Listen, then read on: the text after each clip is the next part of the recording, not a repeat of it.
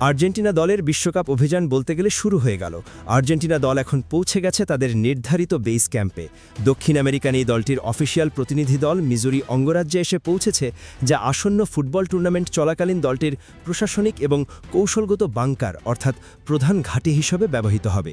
দলটি রাষ্ট্রীয় মালিকানাধীন বিমান সংস্থা আর্জেন্টাইন এয়ারলাইন্স দ্বারা পরিচালিত চার্টার্ড ফ্লাইট AR1978 করে বুয়েনোস আইরেস থেকে 11 ঘন্টার যাত্রা শেষ করে এখানে পৌঁছায়।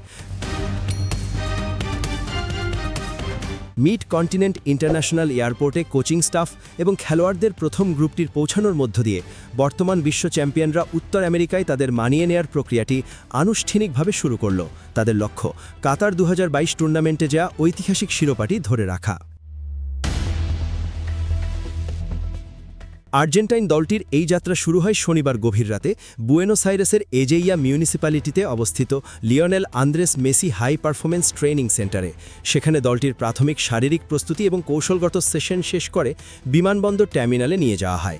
রোববারের প্রথম প্রহরে খেলোয়াড়দের বাধ্যতামূলক ইমিগ্রেশন চেকিং দ্রুত পূরণ করার জন্য স্থল পরিবহনের মাধ্যমে পুরো দলটিকে মিনিস্ট্রো পিস্তারিনি আন্তর্জাতিক বিমানবন্দরের একটি সংরক্ষিত নিরাপত্তা জোনে নিয়ে যাওয়া হয়।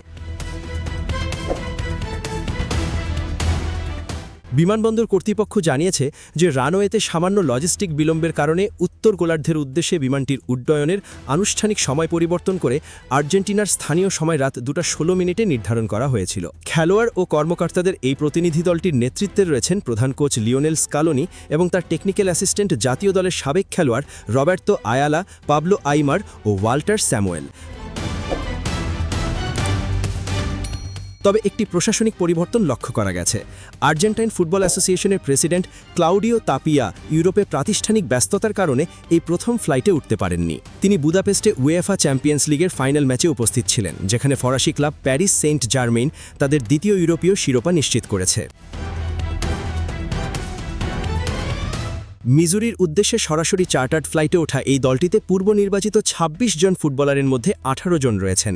এই প্রাথমিক গ্রুপটিতে রক্ষণভাগ এবং মিডফিল্ডের মূল তারকা যেমন ক্রিস্টিয়ান রোমেরো, রদ্রিগো ডি পল, হুলিয়ান আলভারেজ এবং এনজো ফার্নান্ডেজ রয়েছেন।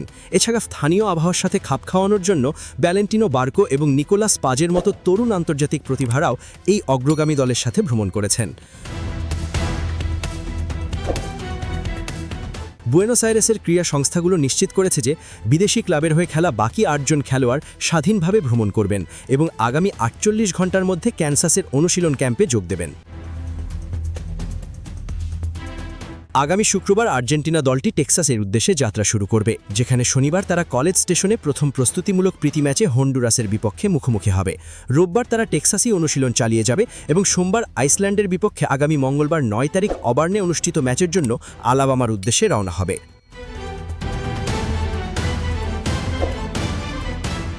ম্যাচ শেষেই দলটি ক্যানসাসে ফিরে আসবে এবং ১৬ জুন মঙ্গলবার একই শহরে আলজেরিয়ার বিরুদ্ধে বিশ্বকাপ অভিযান ম্যাচ চালিয়ে যাবে।